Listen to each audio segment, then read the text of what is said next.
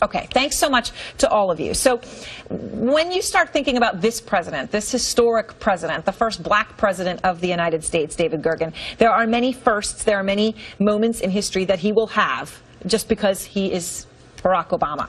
But then the question is his legacy, his achievements. What does he have? Tonight we're talking about the U.S.-Cuba deal. So on the foreign policy, I just looked through to say, what are some highlights for this president? Not all of these are uncontroversial, but some of them are. He killed Osama bin Laden. I think everybody in the United States and around the world agrees that was an achievement.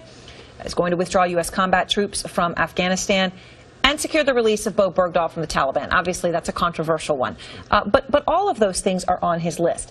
People point to so many negatives on the foreign policy front, to Iraq, to Syria, to the spread of Islamic radicalism in North Africa. These are serious problems. These have gotten worse during his presidency. Does he have a chance of being successful when history judges him on foreign policy?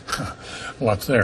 Yep. Listen, Osama bin Laden, I do think he deserves credit. Bob Gates, who has been a critic of his time as you know, former defense secretary, called it the most courageous decision he's seen any president make in 50 years of being in service. So that's, certainly give President Obama that. I think ultimately he's going to be judged very favorably by history, not by conservatives today, but by history on climate change. It probably is the most significant thing he's done, the breakthrough he had with China, and if he can get the world to a better agreement, that's going to go down as a major legacy. And I suppose that it's fair to characterize that as forein policy, because it is. I mean, it's at the heart of the new foreign policy agenda, that's right. But there are a lot of things now, he's got some negatives.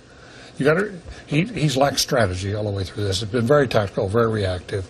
The turnaround on the whip out on Syria, I think, will always be drawing the red line, right. Backing off. And then we've got a whole slew of things that are unresolved. They're not determined yet. Who can say whether he's successful or not with Iran, which is so important, with Israel and the Palestinians, so important, with Syria, ISIS, Iraq, Afghanistan, all of those are incomplete.